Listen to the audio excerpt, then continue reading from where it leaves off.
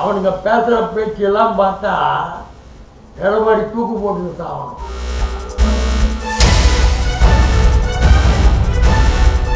அதெல்லாம் லாக் பண்ணி வச்சுருக்காங்க. சென்ட்ரல் கவர்மெண்ட் போக வேண்டியது.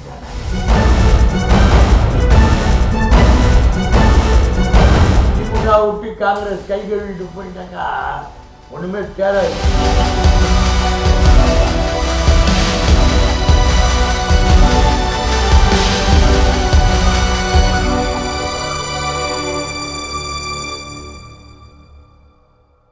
தமிழகத்தில் அரசியல் கூட்டணி நாளொரு மணி பொழுதுமாக பரபரப்பாக போய்கிட்டு இருக்கு. நாரதர் கழகம் நன்மையில் முடியும்னு சொல்லி ஒரு பழமொழி உண்டு. ஆரம்பித்து வச்சார் விஜய். தவக கட்சியை தொடங்கினார். தொடங்கினதுலேருந்தே தமிழ்நாட்டில் இருக்கிற எல்லா அரசியல்வாதிகளுடைய குழப்பங்கள் பெருசாக இருந்தது. ஏற்கனவே ஏகப்பட்ட குழப்பத்தில் கூட்டணி குழப்பத்தில் இருந்தது. இப்போ என்னடான்னு கேட்டிங்கன்னாக்கா, எல்லா கட்சியினுடைய தலைமையை பிளாக்மெயில் பண்ணுறதுக்கு காங்கிரஸ்காரன் அதிகமாக சீட்டு வாங்கிறதுக்காக தாவக கூட்டணியோட சேர்றாங்கன்னு சொல்லி ஒரு இதை கொளுத்தி போடுறாங்க. எல்லாத்த விட நடிகர்லேயே சிறந்த நடிகர் அவன் விஜய். அவங்ககிட்டவே நடிக்கிறார் நம்ம எடப்பாடி. எப்படி எடப்பாடி நடிக்கிறாருன்னு கேட்டீங்கன்னா, விஜய் கூட்டணி சேர்ற இடத்தெல்லாம் ஆள் செட் பண்ணி ஏடிஎம்கே கொடியை கொடுத்து அந்த கூட்டணியோட கொடியை காட்டி அசைக்கிறது. ஆமாம், அப்போ என்ன அவரு விஜய் ஏடிஎம்கே கூட்டணியா பரபரப்பாக கட்சி தொண்டர்கள்லாம் பேசுகிறாங்க. கேவலமாக பேசுகிறாங்க. எடப்பாடி விஜய் கூட்டணியோட கொடிங்களை காட்டி அசைச்சு நம்ம வலுவான கூட்டணின்றார். எடப்பாடி பேச்செல்லாம் ஒரு பேச்சை எடுக்க முடியாது. பிஜேபியோட ஒட்டமும் இல்லை, உறவும் இல்லை அப்படின்னு சொன்னார். கலைஞர் சொன்ன மாதிரி நேரு மகளே வருக நிலையான ஆட்சி தருக அப்படின்னு சொன்ன மாதிரி பிஜேபி இவனை கூப்பிட்டு மற்றவ பிஜேபியினுடைய கூட்டணி உறுதின்னு கொண்டாட்டார். இப்போ விஜய் கிட்ட போகிறார். விஜய் கிட்ட போன மாதிரியே எல்லாம் வேறெல்லாம் பேசி முடிச்சா மாதிரியே நாடகம் மாறிக்கிட்டு. விஜய் இப்போ ஹீரோவா கதாநாயகன் ஆகிட்டான்.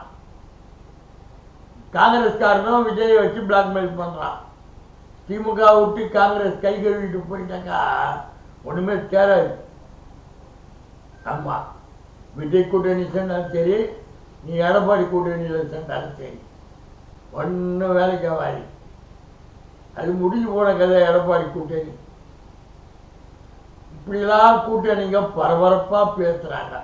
இதுக்கு எல்லாத்துக்கும் எல்லா கட்சி தொண்டனுங்க எடப்பாடியை பற்றி ஏடிஎம்கே தொண்டனுங்க அவனுங்க பேசுகிற பேச்செல்லாம் பார்த்தா எடப்பாடி தூக்கு போட்டு சாகணும்.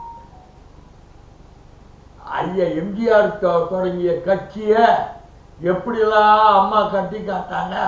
கடைசியில் இவன் இப்படிலாம் பண்ணிக்கிட்டு இருக்கானே, யார் இவனுக்கு இந்த அதிகாரத்தை கொடுத்ததுன்னு ஒருமையில் பேச ஆரம்பிச்சிட்டாங்க. அதனால ஏடிஎம்கே கூட்டணியும் சரி. ஆனால் விஜய் கூட்டணி யார் சொன்னாலும் மீட் தி எவனை மீட் பண்ணோன்னா விஜய் கூட்டணியில் போய் சேரலாம். ஆனால் விஜய் ஹீரோவாயிட்டான். அவன் கட்சியில் நின்று இன்னும் ஒரு தொகுதியில் கூட ஜெயிச்சு எம்எல்ஏ வர. ஆனால் அவன் கூட்டம் இந்த 41 பேர் காலியானது. அவன் விஜயை காப்பாற்றுறன்னு இவன் எல்லாம் போட்டுன்னு கூட்டணி சேரணும்னு நினைக்கிறாங்க.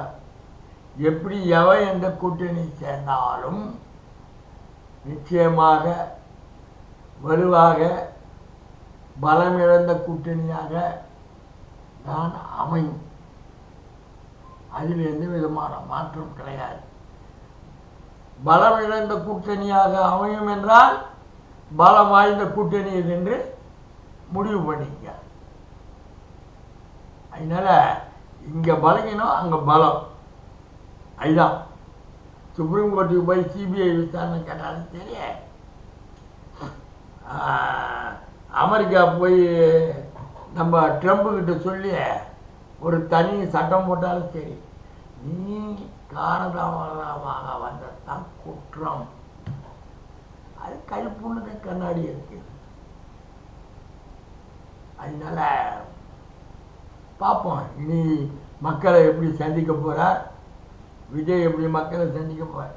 இவ்வளவு தொழுவுக்கு ஆயிரம் போய் மக்களை துக்கம் விசாரிக்கிறதுக்கு போகலை.